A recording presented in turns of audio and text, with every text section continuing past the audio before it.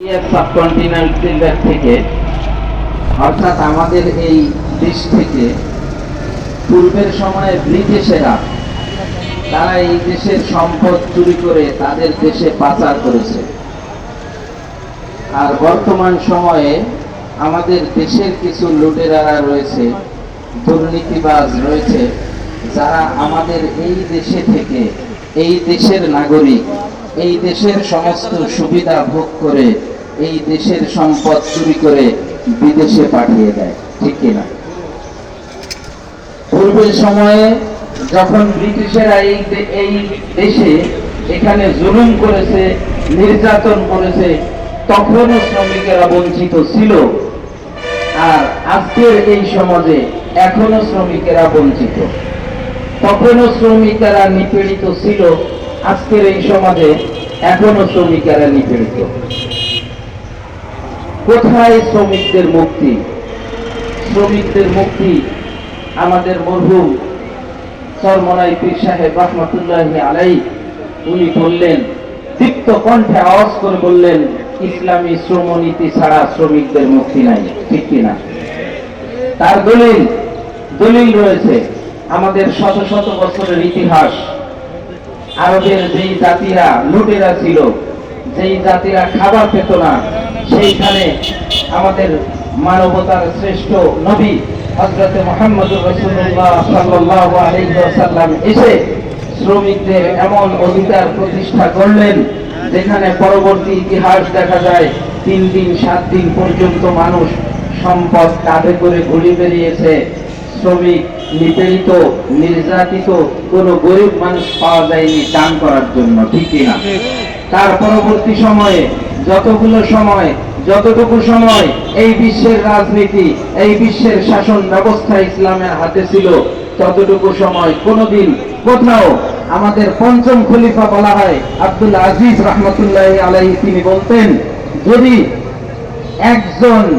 একটা কুকুর না খেয়ে পানি না পেয়ে মারা যায়, তাহলে আমি আল্লাহর দরবারে আমাকে তার জবাবদিহি করতে হবে। অতএব তার পরবর্তী সময়ে অত দূরে যাওয়ার দরকার নেই। আমাদের এই ভারতেই সর্বশেষ যিনি শাসন করেছেন মুঘল সাম্রাজ্যের সম্রাট আওরঙ্গজেব, তার সময়ের কথা। তখন পর্যন্ত এই বাংলাদেশ শুনতে কেমন লাগবে? এই ভারত উপমহাদেশ পৃথিবীর তামাম পৃথিবীর প্রথম অর্থনীতির দেশ ছিল। আমাদের শাহবাগ থানা থেকে ইসলামী শ্রমিক আন্দোলন বাংলাদেশ শাহবাগ থানার একটি বিশাল মিছিল আমাদের মাঝে উপস্থিত হয়েছেন। আমরা মিছিলকারীদেরকে স্বাগতম জানাচ্ছি। নারায়ে তাকবীর, নারায়ে তাকবীর, আল্লাহু আকবার। দেখো, আমরা যেটা বলতেছিলাম, ইসলামী শাসন ব্যবস্থা, ইসলামী শ্রমনীতির মাঝেই শ্রমিকদের মুক্তি। ইসলামী শ্রমনীতির মাঝেই শ্রমিকদের মুক্তি, এটা শুধু মুখের কথা না, এটা এই পর্যন্ত প্রমাণিত সত্য।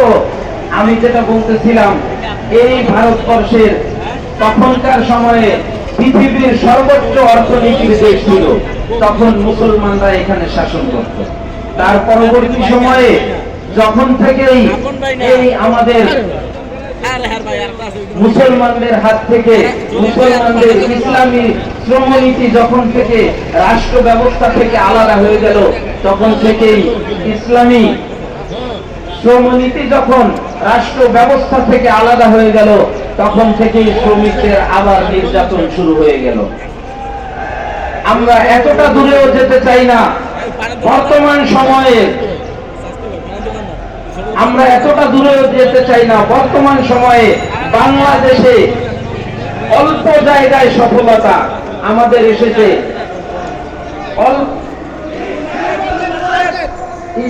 ইসলামী শ্রমিক আন্দোলন বাংলাদেশ নিউ মার্কেট থানা শাখার উদ্যোগে বিশাল এক মিছিল আমাদের মাঝে উপস্থিত হয়েছেন।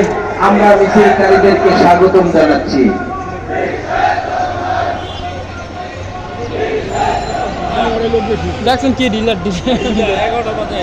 আলহামদুলিল্লাহ।